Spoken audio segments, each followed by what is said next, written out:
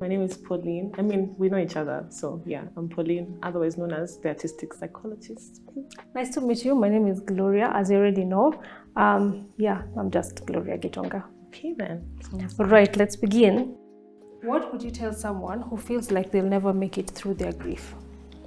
I mean, I feel like I can understand why somebody would feel that way, because I think grief is very overwhelming. It's a very overwhelming feeling. But I think I just tell them to take it a day at a time. That's all. I think that's all you can do. Just take it a day at a time. And we see a day at a time, a moment at a time, a minute at a time. That's it. And then we keep moving. Eventually, as with anything, I really believe it gets easier to carry. I don't think you ever stop grieving. You'll always be grieving for the rest of your life when you lose somebody, and that's fine. But it gets easier to carry and to manage. So just a day at a time. That's it. I think that's the perfect answer, honestly. Honestly, that's it. A day at a time. Sawa. It's a good one. What is bringing you peace and joy at the moment? The fact that the weekend is in 2 days' time. I can't wait. What about you? Let's see what's bringing me peace and joy. First of all, I'm really glad. I've enjoyed doing this series, but the fact that we are finishing it is bringing me so much peace, because I feel like I'm really worn out. Also, what's bringing me a lot of joy at the moment is the fact that I feel like I've been coming back to myself. Yeah, because at some point this year, I was in a terrible relationship which did a number on me, like really did a number on me. 10 numbers. Yeah.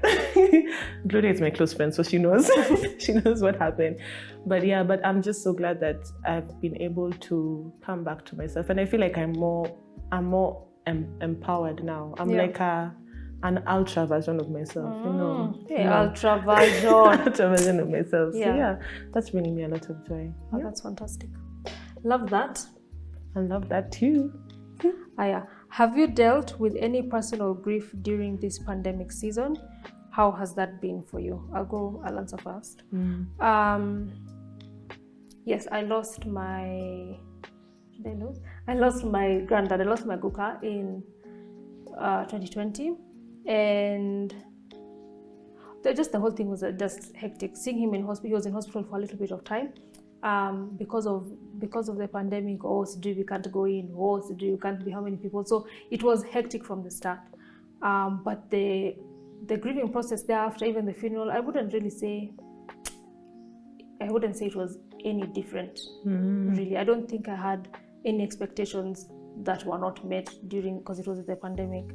I don't think it's been that different, honestly. Do you think it was easier for you since he was older? Yeah. Okay. Yeah, I know for some people sometimes that's comforting. You're like, they live their life, so yeah, it doesn't make it easy, I guess. But okay then.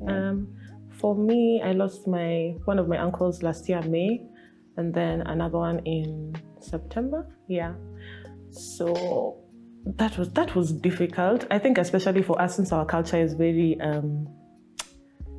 I don't know, the funeral and grieving thing is very involving. And then with the pandemic, now there's so many things you can't do. It's like, because us, for example, you stay with the body, people come and they visit and all of that. Before you bury it, it's been like a long process.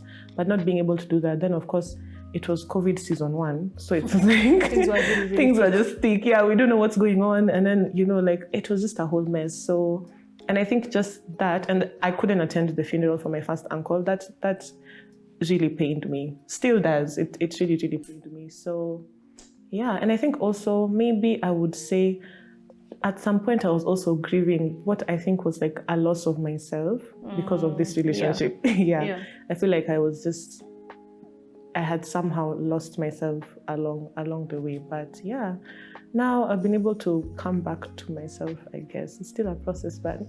Paulyne, ultra. Exactly. It's you. So, is there such a thing as moving on too soon after someone's death? No. And actually, Michelle, in the session you did with her, the podcast episode you did with her, she said there's no marker. Like, you can't use things like time or the way somebody cries or doesn't cry, those sorts of things as markers for this person has grieved too much or too little, or it's just a grief period, and it looks very different for every person. So the fact that maybe I went back to work a week after doesn't mean that I've moved on from them. You don't understand what's going on at work. You don't know, maybe I didn't have leave, that sort of thing. So I don't think there's anything like too soon. It's a very personal process. That's true. And I think people should also consider, let's say, for example, someone has been sick for a long time. Through that process, you've started grieving, like in anticipation, you're grieving. Of course, when they pass away, you get into a different kind of grief. But somehow, sometimes, then it becomes, I don't even want to say easier, or the transition is a bit different, for example, compared to somebody who just dies all of a sudden and you're like, hey, what happened? And also, relationships are different, connection is different, the way people deal is different, so... Yeah, you can't really measure. You can't. Nasi competition. There's no grief competition. Exactly. All right. How has it been for you hearing these stories on grief? Well, it's been very, I don't know. It's been an interesting journey. I think I've learned a lot from everybody, and it's just interesting to see how different grief shows up for different people. Like everybody just has a different story, different experience, and sometimes, because the guests we had, Nawex and Waxi, they're sisters, lost the same person, but then the way they were dealing with the grief was completely different. Yeah, it was so interesting for me. So I learned a lot. I was able to. I think it really increased my gratitude for a lot of things, like just life, people around me, all of that. But I think also it took its toll on me because, some of those stories are really heavy, yeah. And it got to the point where I had to do the extra work to take care of myself because I got really scared. Now I'm like, oh my gosh, Gloria could die tomorrow, God forbid. But I'm like, oh my God, somebody could just drop dead tomorrow. Then what am I gonna do? Then what? So yeah, it was a mix of stuff, but it's been an interesting journey. I've really enjoyed it. So yeah, you? Well, I wasn't recording the people, so it's different for me. But listening has been nice. I don't think I listened to that much grief in a row. It's like one story in December, one story in May. But all of this with almost weekly episodes coming out. I think it's been nice because they are all the people you interviewed are maybe people I've met before or people who are my age, that sort of thing. So it seems very relatable. It's not just a movie I watched or something. A movie you watched, yeah. It's been, I think it's just brought grief home. A lot of stories that I've heard of somebody, it's brought it home. And then your questions were really the sort of questions that I would want to ask somebody. So I got a lot of knowledge. Yeah. And then with somebody who I would say I can relate with. So, yeah. That's true. I think it also brought it home for me. A lot of those I was like, hey, yeah, because many times the grief is there, far away. So, you watch it in a movie, you hear it from somebody else who but you don't really know. Yeah. So it's like, oh, yeah. But that really brought it way closer. Okay, interesting. Yeah. What healthy coping mechanisms would you suggest for one to employ following a loss? Or what are some ways that one can express their unique grief experience?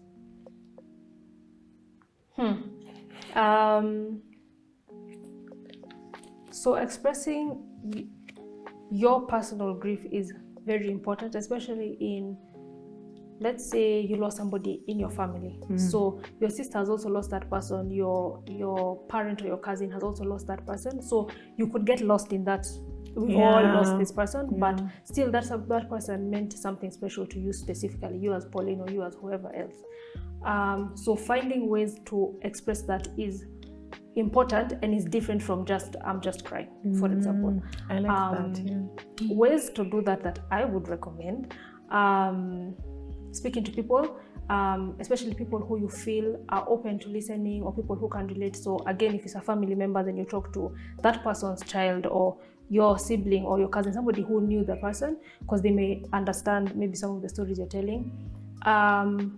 Journaling, taking time with yourself to just share your own emotions with yourself. So you can journal, you can video yourself speaking, you can record yourself just an audio. Another one would be some form of exercise and going out and being in nature and outdoors. So it could be exercise, could be walking, could be yoga, but just coming out and being in a different space. Those are the ones I would recommend. That's true. Yeah, the exercise bit, definitely. I think one thing I've come to realize from recording these stories, there's been a recurring theme of, in that moment, I started really indulging in like alcohol or whatever it is. I would think when you lose someone, if you can, for like maybe the first month or so, just try and keep away from like the alcohol or whatever it is you indulge in, because sometimes we find ourselves escaping through that. And the danger with that is that then it becomes a slippery slope. After that, now you can really find yourself month X down the line, like 5 months down the line, you're still hooked on that. And it sort of numbs you, because then you're not dealing with the feelings or whatever it is. And eventually you'll have to deal with those feelings, but I just think maybe for the first month or so, just try and avoid doing that. Find something else to do, like the exercise Gloria has talked about, like journaling, write letters, whatever it is you're gonna do, but just distract yourself any other way. That's it. Yeah, because you're in a vulnerable space at that initial time, so anything sticks. Yeah. Like maybe 1 month ago, 2 months ago, you'd not necessarily have been drinking much, but now almost anything that's thrown away will stick. It's like a wet surface, and you just throw things and they stay. So you want to surround yourself with healthy things that you don't mind sticking around 6 months later, 1 year later. By the way, alcohol is not the only. I think people have talked about alcohol and drugs a lot, but also sex. You can find yourself just, sex, or I don't know what else I would say. Sometimes even like people going to the gym and overdoing it. That's all you do. You can overdo literally anything. But it's just important to make sure you're actively trying to address whatever it is you're feeling, so that you don't run away into these other things. If you don't actively address it, you'll find yourself escaping into something else. So just find a way to, whether it's writing, whether you do therapy, whatever it is, find a way to get through therapy, that. Of course, a very good. And we're therapists, excuse me. Therapy, exactly. So try therapy out and see how it helps. Nice. Okay, a question from my head. What has been the most fulfilling part of this grief series? That's an interesting question. I think the most fulfilling, let me say the most touching thing for me is the fact that, of course, before I started the series, I had to approach people and be like, hey, I'm aware you lost and so would you be willing to share? And for many people, just telling me like, ideally I would never speak about this, but because it's you, I'm going to do it. That for me just meant the world. Like I was like, wow, that's really, really nice. And the fact that they were willing to come and share such a personal thing with me and with other people who are going to listen to that is such a beautiful thing. So that for me was amazing. And then I think afterwards, maybe what people don't know is I record, but then there are so many times after that I stay speaking with the person for like a long time. And it's so, it brings me such joy to hear somebody say something like, oh, I've never spoken about this, and speaking about it has really, it's helped me a lot now. And now maybe I'm looking into getting into therapy, or now I found the confidence to speak about it some more. Now I'm able to maybe address whatever issues I had. So that for me was just fantastic. That's been the greatest part. Or also other people now coming and telling me, because there's some people who DM me and they're like, oh, I lost my mom like 10 years ago, but this series has helped me realize like, maybe I have some things I need to deal with. Can you recommend some therapists or whatever? So that for me was best part. Best part. I've loved that. Nice. Love that for you. Thank you. Okay. What beliefs did you have about loss and grief that have changed since you started recording these stories? Is that for me? Oh my God. Well, what change do I have about loss and grief that have changed? I don't know if anything has changed. I think it just really, I mean, I think I've always been aware of like grief and loss, but this like really emphasizes like, this is a real thing. It happens to real people, like, and it's I think for me what it emphasizes is the heaviness of it. I had an idea of how heavy it could be, but then like listening to these stories and seeing it in real time and also experiencing my own grief just emphasized how heavy it can be, which somehow shocked me, but also I was like, okay, so people can go through this and then they're living. Wow. That's great. But yeah, that was it for me. Has anything changed for you? No, I don't think so, but it's what we're saying about has brought things home. Yeah. So we knew like maybe a concept or whatever, Exactly. but now like that happened to X, Y, and Z. This happened to my friend, happened to my cousin. It has brought a lot of the thoughts we already, the beliefs we already had and thoughts and whatever, to a more like tangible level. But I think also when I think about it, during school we learn a lot of like theories, like 5 stages of grief, blah blah blah blah. But like listening to stories real time is so different. It's very different. It's so different. You're like, okay, that's really interesting.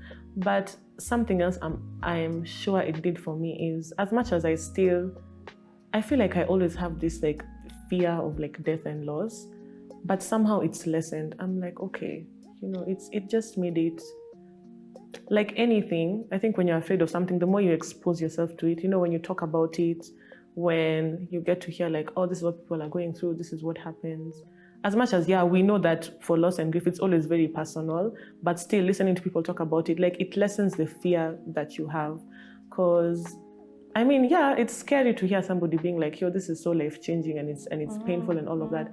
But also listening to them being like, I've been able to do X, Y, and Z, I'm coping, I'm managing. That's also really encouraging. So you're like, okay, this can happen and it will happen. All of us are going to experience loss and grief, but like, okay, then you can survive and you can thrive even through that. So,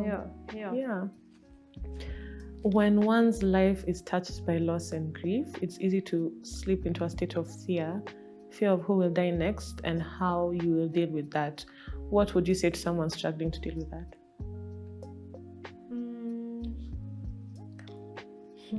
I would tell them to be gracious with themselves, because we're not, as humans, we're not in control of whatever happens. So I 100% understand the fear aspect, especially like for you who's been interacting with grief stories and all of that. It's natural, it makes sense. But at the same time, even if it makes sense, even if you're fearful, there's nothing you can do about it. So extend that grace to yourself, knowing that I know this, but I can't do anything about it. And then be intentional about your interactions and your actions and all of that, especially between the people who mean something to you.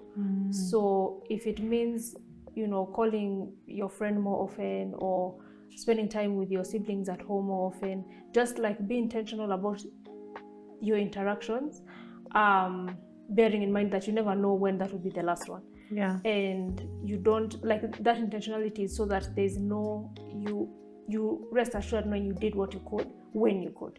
And if the person is taken from your life 5 years from now, you're like, in those years that I had with them, I did this, and I'm happy about that. I'll miss them, X, Y, and Z, but I'm confident in the things that I did with the time that I had with them.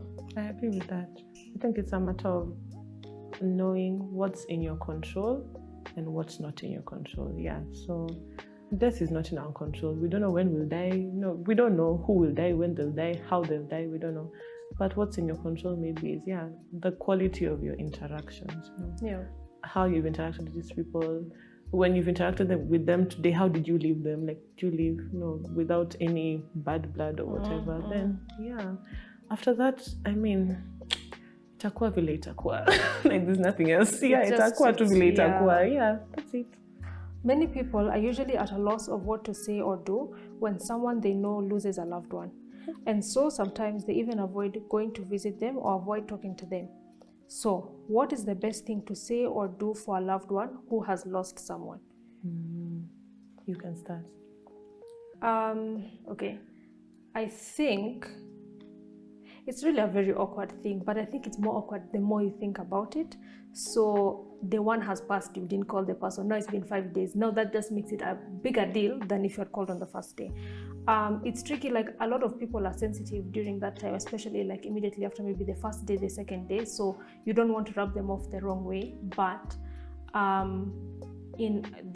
African culture, for example, showing up at that person's house, if you live in the same country and whatever, is not bad. That's acceptable. You can go and take flowers, you can go and cook for them, you take them cake or something like that. You can send them a message. If they read it, they don't read it, you send the message.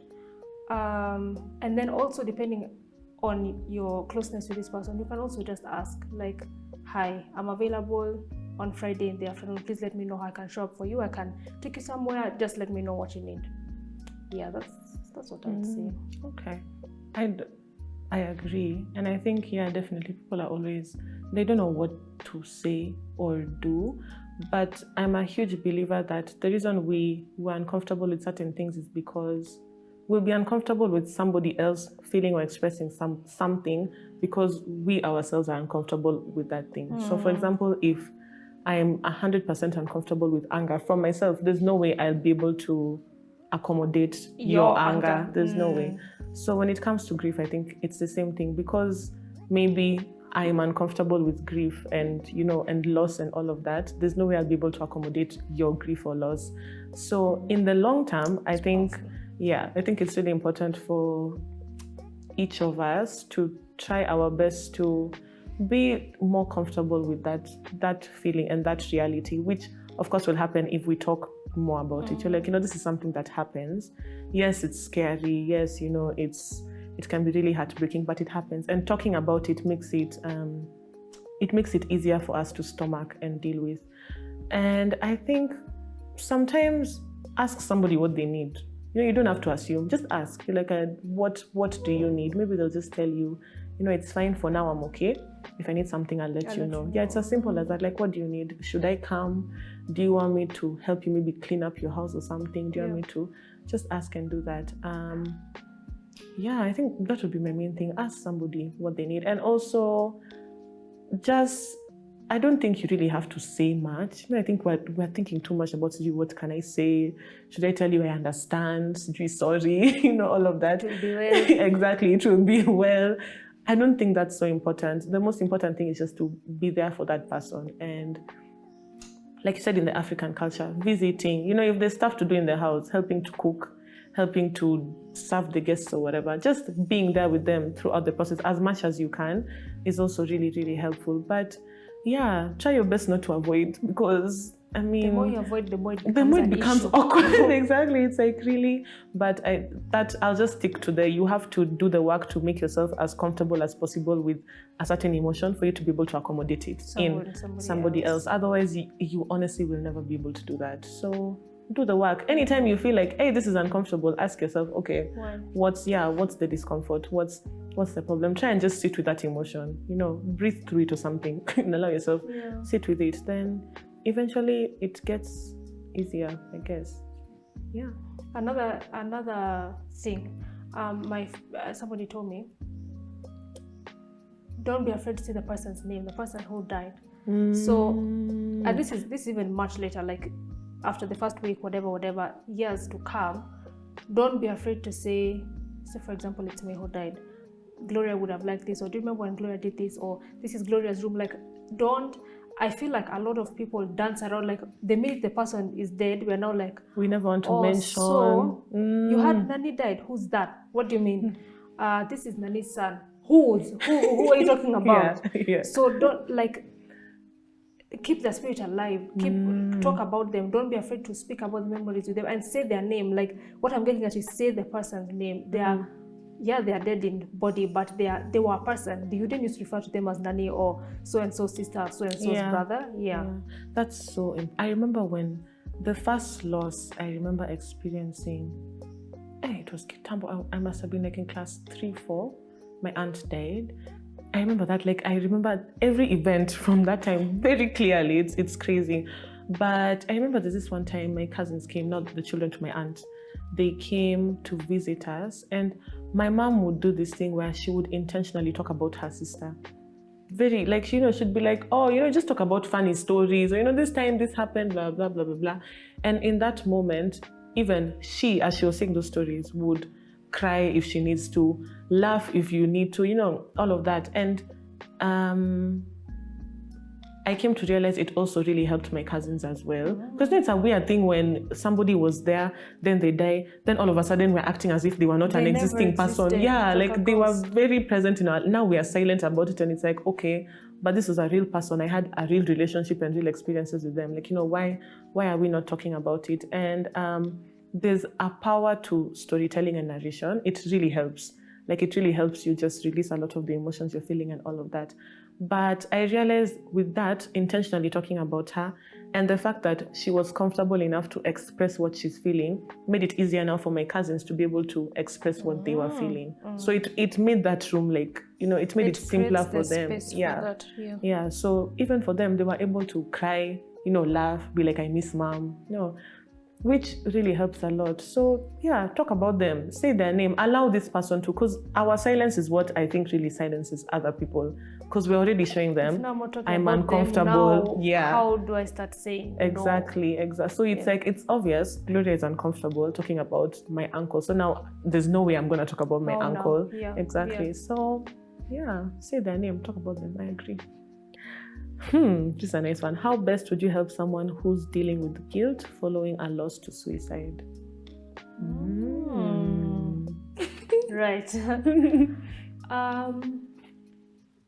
Again, back to the African culture, loss to suicide, the suicide part is never spoken about. And as such, let's say somebody lost me to suicide, how do I talk about this loss without talking about what happened? You know what I mean? So the whole topic just somehow just goes away. I've lost my sister, I've lost my parent, whatever. The whole thing is just brushed away because of how the person died. And aside from that, with suicide comes a lot of people, the ones who are left behind, feel guilty. Maybe I should have asked, maybe I should have whatnot. And I think it's very important, one, to speak about the fact that this person actually committed suicide. That's actually what happened. And express those emotions of guilt, anger, whatever the case, to whoever it is you're sharing this story with, whether it's a family member, a therapist, whatever. Tell them, I feel really guilty that I didn't call this person. And when I feel like when you've already started that conversation, this person will be like, no, actually, but they had mentioned some other time X, Y, and Z, but you've gotten the conversation going. So what I would say is just start by speaking about the fact that this person committed suicide. I agree 100%. There's stigma really thrives in silence. When we keep quiet, that's where the stigma is, really growing and thriving and having a good time. And that's what we do with suicide, because it's such a taboo thing. You don't talk about it. So again, now the problem is we're not even leaving that space for these people to grieve. There's no room for you to be like, yeah, I lost my sister, she committed suicide. It's like a harsh thing. I lost my sister. How? No, you can't even talk about it. You're just like, okay, she died. Exactly, she died. You can't talk about it. You're keeping that thing inside. So yeah, I agree. Like, talk about it. Share what you feel. But it's okay. If you feel angry, great. There's no one way to feel. Yeah. And then this thing for people telling you at Sijui, you shouldn't be angry. Sijui, you shouldn't what, please. You should be everything that you exactly. Feel. It's okay. Like, it's okay for you to feel angry, guilty, confused, or nothing even. Like, it's fine. Don't dictate how somebody should feel. But yeah, definitely speak about it. And it's okay to feel guilty also. So that's that. Yeah. And I also just want to add, with suicide, and like maybe somebody who was sick or someone who, there's a lot of unanswered questions. So it's very common for somebody to not to choose, but to feel guilty, because then that puts the blame on them. Because as humans, we want a solution. We want an answer. Somewhere to place something. So because this person was not hit by a car or was not sick, whatever, then maybe it's because I didn't call them. Maybe it's because I didn't check on them, whatever the case. So with suicide comes guilt for a lot of people, not just like the wife or the sister. It's for everybody. Everybody feels like, maybe it's me who didn't do something for this person. That's true. I've never thought of that. Okay. Profound. Love it. All right. Well, this is a nice last question. How soon after a loss would you recommend someone goes to therapy? whenever you want. To be honest, if you want to go the next day, you go. Let's go. Yeah, if you want to go the next day, great. If you feel like maybe 1 month down the line, or I don't know, 1 week down the line, you want to go, great. Ahead. Yeah, go ahead. I don't think there's like a like, oh my God, when somebody dies, now after week 3, you need to start therapy. I don't think. There's no formula for that. Exactly, there's no formula for that. So whenever you're ready, and also you can stop also whenever you're ready. Because I think Nawex, during the recording with her and Waxy, Nawekulo talked about how, I think she did like 8 sessions and she was fine. Yeah, but her sister talked about how she's been, since last year, September, she's still in session with the therapy. And that's fine. Like, different people deal with it in different ways, and we need therapy for, I guess, different amounts of time. So yeah, you do you. Also, I think that when people start therapy or think about it, they think it's a long-term commitment. It's like going to the gym. It's like 1 month membership. But therapy is in a lot of cases open-ended. So you can go today and next week you just feel like, nah, that one session was enough. So if you feel like today you're ready to go ahead. And if it doesn't work out, or you feel like whatever you gain today is enough to push you for a month, that's okay. So it's not, there's no like, okay, you start on the second month, you'll push for 6 months. Yeah. I think it's also important to I think people need to realize, because I think people are afraid to go for therapy because you feel like, it's like, oh, why am I being weak? How can I not deal with this? And I mean, going for therapy is not a sign of weakness. It's a very, at least in my opinion, I really think it's a very brave thing for you to be able to realize, like, you know what? I don't think I'm coping well. I need help. And then you take that extra step, to get that help.